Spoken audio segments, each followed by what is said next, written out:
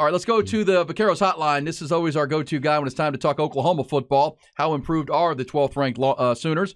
Let's go to the hotline. It's Tyler McComas, host of The Rush on the Ref from 2 to 6 every afternoon up there in OKC. Covers the Sooners and all things Oklahoma sports. He joins us now. What's up, Tyler? Guys, it's Thursday, the best week of the year. Like, Thursday is the day where you say, oh, my gosh, we're driving down tomorrow. It's officially getting close. So we're ready up here, man. It's awesome. Yes, sir. Yes, sir. All right, Tyler. So last year, Oklahoma was 4-1 coming into this game. They just gotten beaten by TCU the week before, but they still felt pretty good, and we know what happened in that game. The Longhorns won at 49-0. Longhorns 5-0, OU 5-0 coming in.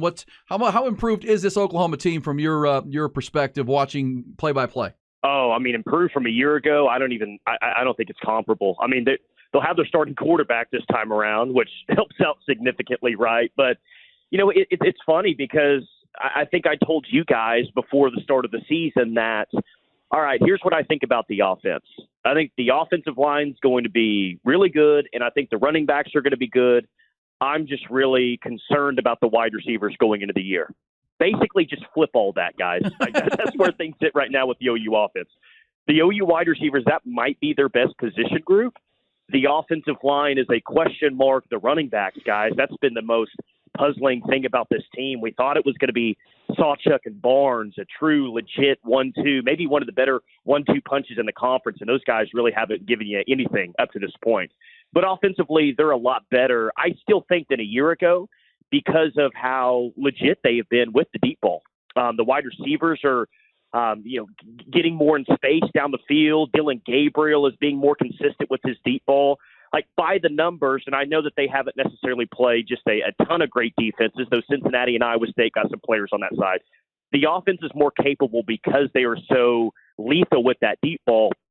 And then defensively, I don't know where you guys want to start, but at every single level, they're better than they were a year ago. I'm not trying to tell you that they're elite on the defensive line, but they've got some real solid depth there. It's the most confident I felt about an OU defensive line in quite some time. And I know that that's not saying much with some of the defenses they've thrown out there, but Danny Stutzman at linebackers playing at an All-American level.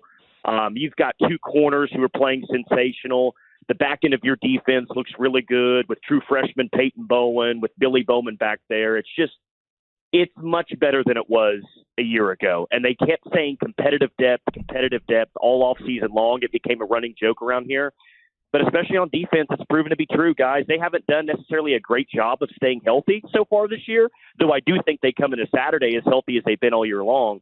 And still, with even some bodies not available throughout this year, they've replaced those guys with guys that can really play as well. So defensively, they've made massive strides.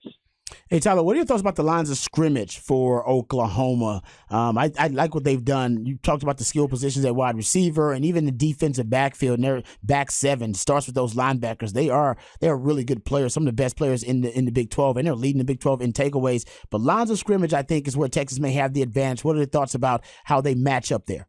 Yeah, I mean, if I were to list my concerns for OU in this game, Rod, I would probably say not just like Texas defensive line against OU's offensive line. To get more specific, I would say kind of in the interior of that. Because I think OU's okay out there at the tackles. Like Tyler Guyton's got a chance to be a high-round NFL draft pick. But where they've really struggled on the offensive line is in the interior. They've started 2-3 different guys at one of those guard spots. They can't really figure that out, and that's a big question mark going in. So, yeah, I mean, it's been an issue running the ball this year. We've seen Texas defensive line, especially that interior, be pretty good. So that is a major concern of me, that the interior of OU's offensive line gets pushed around and OU has to become one-dimensional, even though they're great at throwing the deep ball. And maybe that Texas secondary could be a little gettable potentially. The stats say it. You got to run the football in this game. You just have to. Yeah, and if we know Texas, Jonathan Brooks is approaching 600 yards. He leads the Big 12. He's yards per carry leader in the conference behind that big line. He's been really a guy that has stepped up. The Longhorns were wondering who was going to replace Bijan and Roschon, and it's been Jonathan Brooks. You mentioned that you were flipped on what this offense was going to be. If someone is going to step up and have one of these big Texas OU games on the ground, who is it? Is it Marcus Major? Is it Tyree Walker? Javante Barnes? Who would be your pick to be that breakout player if they get one? I mean, I'll give you an answer, but when I tell you how they've handled the running backs this year is unlike anything I've ever seen, all you guys have to do is go back and look at the box score from game to game, because you'll say to yourself, well, here was Tawee Walker getting 21 carries against SMU, and then he got 0 the next week against Tulsa. It's been so weird. It's almost been, you may be the leading rusher one week, and then you get 0 carries or 1 carry the very next week. It's like they're trying to get some guys going the next week. It's just been so – it's just been weird. So Marcus Major was your leading – he's your leading rusher on the year. He was your leading rusher last week. They tried to get Gavin Sawchuk going, and that didn't really work out.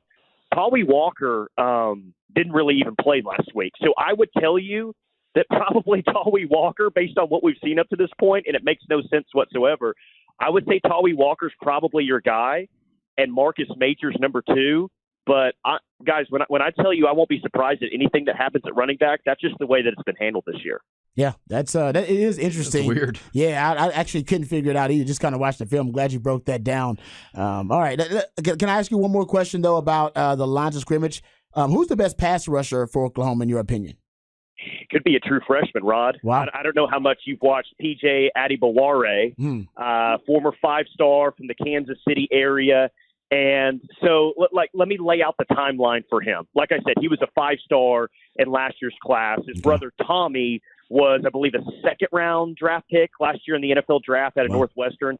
This kid is just put together different. There's no other way to say it. The long arms that he has, the measurables are just are freaky, man. And it went from week 2, Brent Venables at a press conference, he was asked about PJ, and the comment was, yeah, he was a little dinged up in fall camp, but, he'll continue to get more opportunities as the season goes on.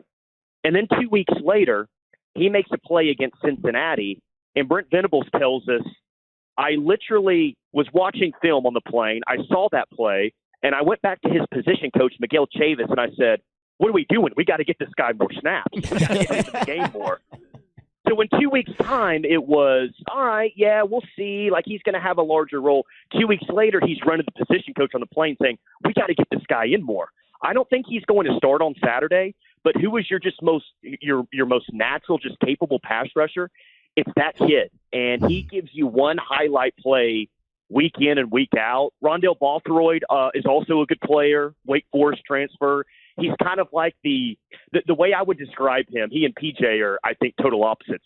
Rondell Bothroyd's a guy that's played a lot of college football. He's like the old guy at the gym that you don't know how he's putting up 18 to 20 points during a pickup game, but he's got the old man moves to make it happen. Mm-hmm. They've got different type of pass rushers, but I'd say Rondell Bothroyd and PJ Adibaware are probably your 2. But PJ's the future at that spot, guys. He's got first round potential. And a lot more team speed this year than they had last year. That was a slower team, and this one much faster with a lot of Brett Venables type guys on that defensive side, and deeper for sure. Any concern for you, Tyler, that so many of these guys who have come in are playing in this game for the first time? Even Dylan Gabriel didn't get to play in this game a year ago. There's so many first-time players. I think the number's 45 or so that have not played in this game. Texas should have the advantage as far as experience goes, especially considering Texas has already faced that big Alabama game and having to get up and College game day and all the hype. This will be the first time for a lot of these Oklahoma players. Yeah, Bob Stoops comes on our show every Tuesday, and I asked him that exact question. Really with the quarterbacks, it's, hey, a lot's made of first-year quarterbacks here playing in this game. You lived it for 18 years. Do you think that's a big factor? And he said no. He said that they didn't prepare any differently, and I know the stats may say something different, but I was just thinking back here recently. Guys playing in their first OU Texas game the past 4 years have all – like Quinn Ewers played in his first OU Texas game last year. He won. The year before that, Caleb Williams, I know, didn't start, but he finished the game. He won that game. 2020, I believe that was Spencer Rattler's first game, and then 2019 was Jalen Hurts' first game.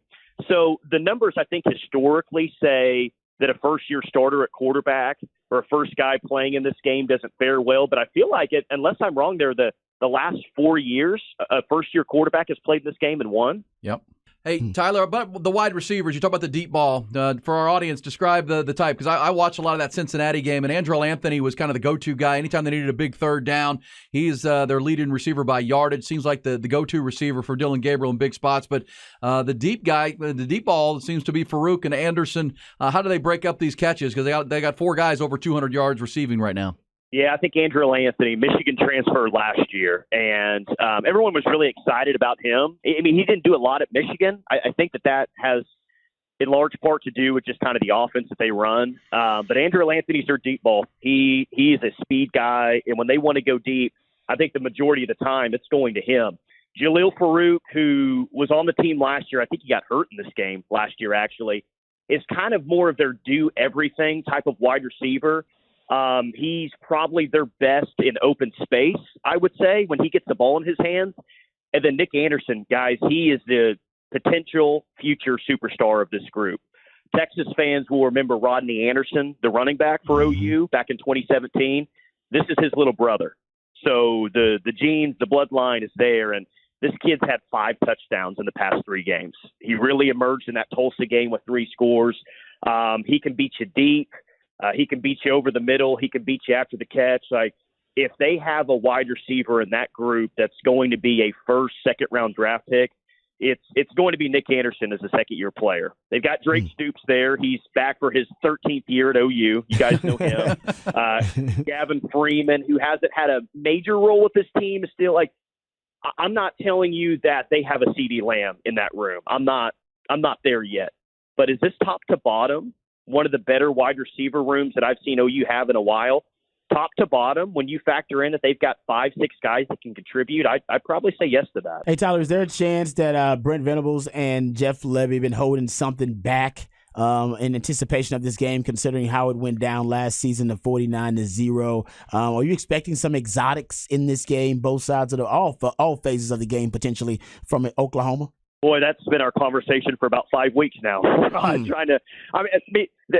Mostly, yes. Yeah, my answer to that is yes. Okay. And I think that they've been kind of afforded that opportunity because of the weak schedule that they played up to this point. Yep. But like, I'll point to you somewhere where we expect something funky to happen, and it's with Jackson Arnold.